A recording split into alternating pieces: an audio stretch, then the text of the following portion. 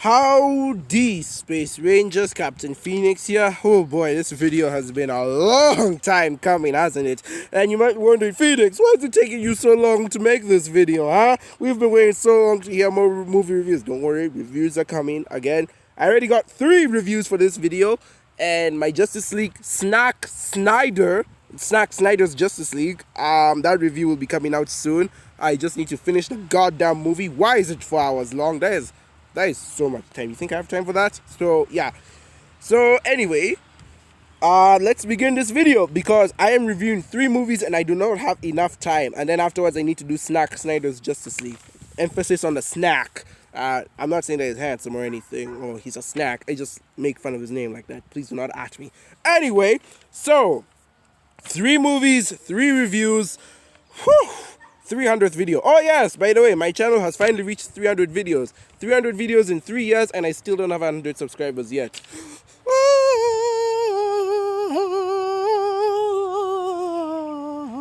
Who can say where the road goes? I'm just gonna play all the sad songs until you subscribe. So by the way, speaking of which, if you like this video, be sure to like this video, subscribe if you haven't already, turn on notifications to be part of the squad, and also comment on this video because I desperately need the algorithm to like me. But yeah, again, I just need you guys to subscribe, and yeah, it's that red button down below. I'll give you time, don't worry.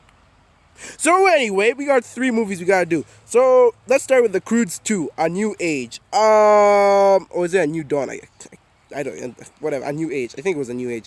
Yeah, the Croods A New Age. Okay, so this movie came out late 2020. I never got the chance to see it until like a couple of weeks ago. So yeah, let's do a review on it. I'm gonna make these reviews quick so I won't spend too much time on them.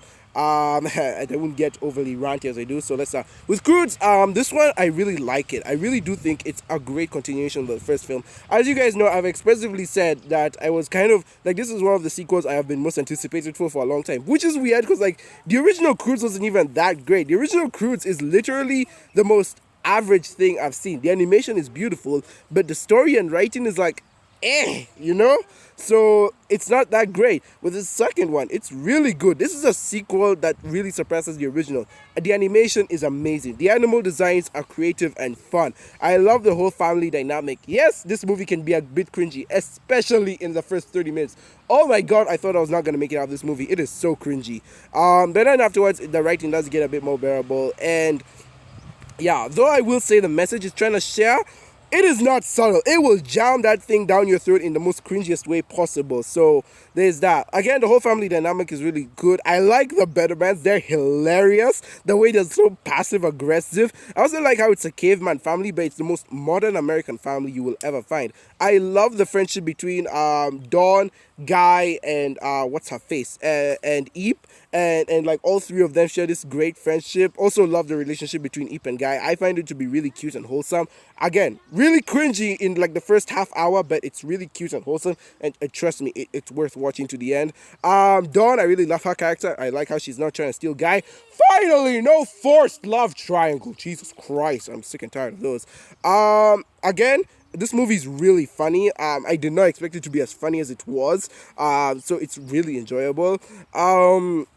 Especially like some parts of this movie are just way out there. The writing, I will say it's better than the first movie, but still a bit cringe. By the way, emphasis on the cringe in this movie. If you're going in, you better go in watching alone. I don't think this movie is fun to watch with your parents. Maybe you can watch it with your little siblings. I don't know. But it is a fun movie. I do think it's a great continuation of the first movie. And yes, way better than that first movie. Did it deserve all the hype, or like, did I really need to wait this long for it? Because I remember like I saw it in 2013, and then it was supposed to come out, this movie was supposed to come out in 2017, but then DreamWorks cancelled it because they got bought by Universal, and then Universal was like, whatever, greenlight it anyway, and then DreamWorks was like, okay, let's write it again, and then Croods 2 in 2020. I don't know why it came out so late in the year, and I was never able to put it on my list for 2020 films, but here it is now. So that's my review, guys. Yay. Overall, I would give this movie 7 out of 10. I don't think it's good enough for an 8.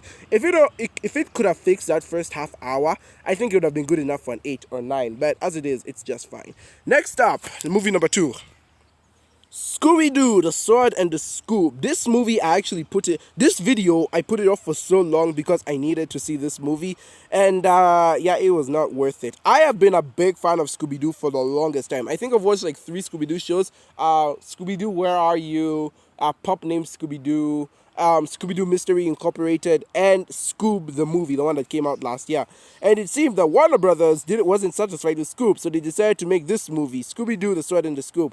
And it's based on the King Arthur story. Now, I'm a huge fan of the King Arthur story. I really like it, and I really like the different versions of it. It's such a fun story. And so I was like, whoa, you're mixing Scooby-Doo and King Arthur? Hell yeah! And this movie reminds me a lot of those early Scooby-Doo movies, like the straight-to-DVD ones that would come out like, what, in the late 2000s, early 2010s. I think this sometime before, like when the live action Scooby-Doo movies were being made. So I have a lot of nostalgia for this movie just because it's based in that style. And yeah, so I was really excited for this movie. It's hard to say I was kind of underwhelmed. This movie, it's even though it's fine, it's not a bad movie. It's fine.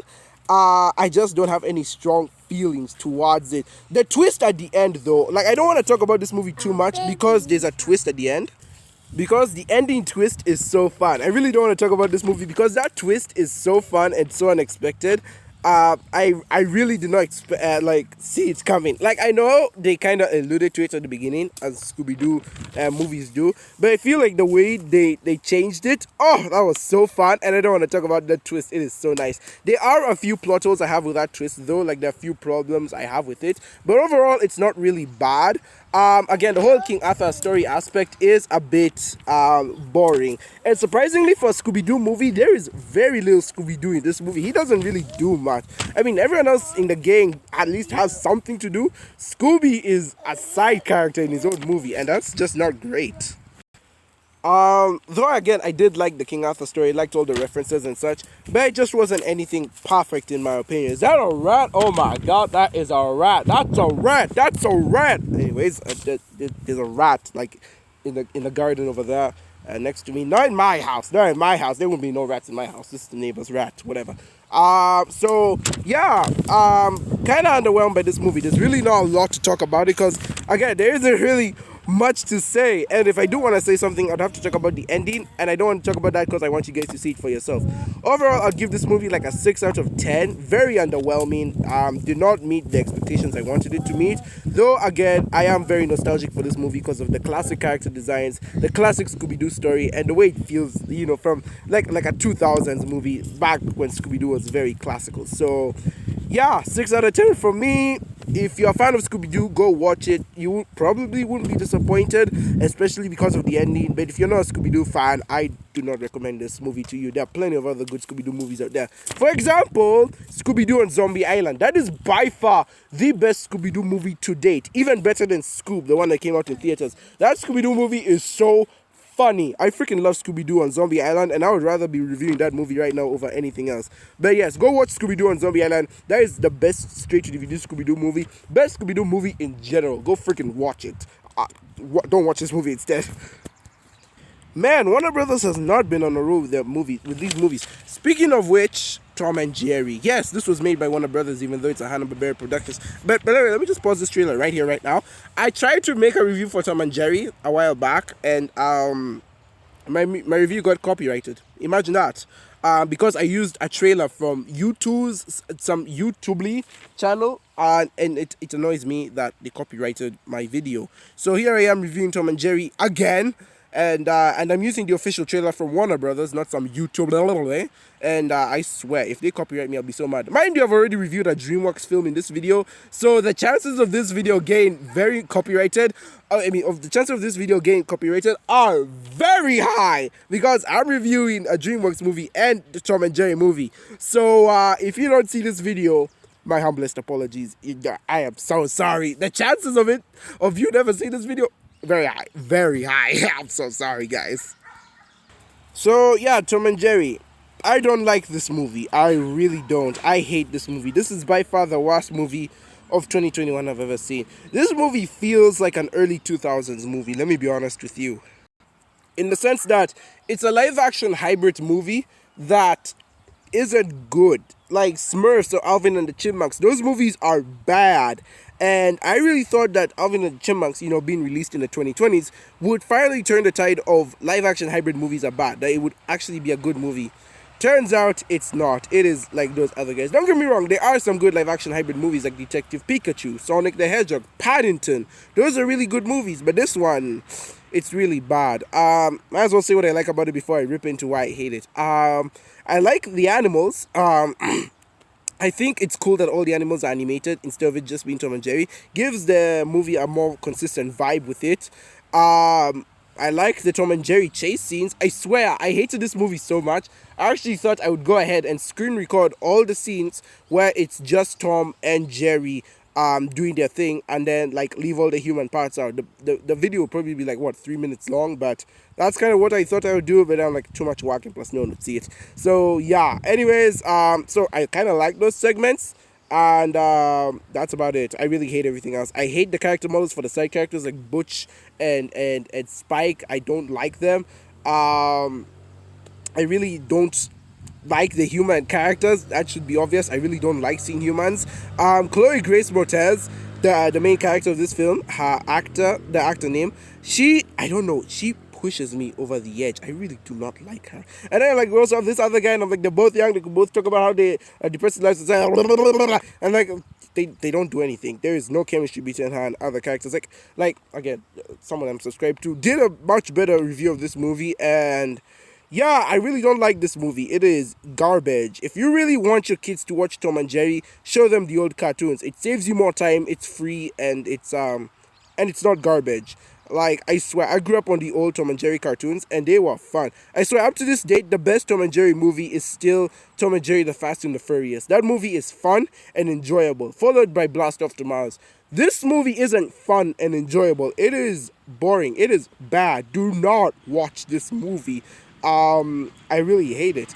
I don't think it's as bad as Smurfs or Alvin and the Chipmunks, but comparing it to masterpieces like Paddington, get the hell out of here.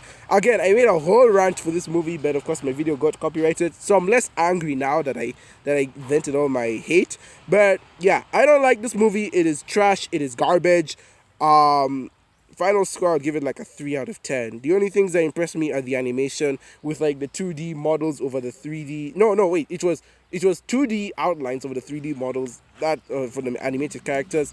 That's fine. Michael Pena, he was one of my favorite actors. Yeah, in this movie, he is like really bad. He was only good for like a scene or two, and very few of the jokes slapped. I mean, I wouldn't lie. I did chuckle at some of the jokes, but very few of them slapped. So again, majority 3 out of 10. Do not watch this movie. I cannot believe I was hyped for it. I was really excited for this movie, and it let me down. So yeah. Anyways, guys, now next I'm gonna be reviewing my Zack Snyder's Justice League. Once I get done with the movie, dedicating 4 hours of my life to it, and I will obviously compare it to my top 10 most anticipated films of 2021.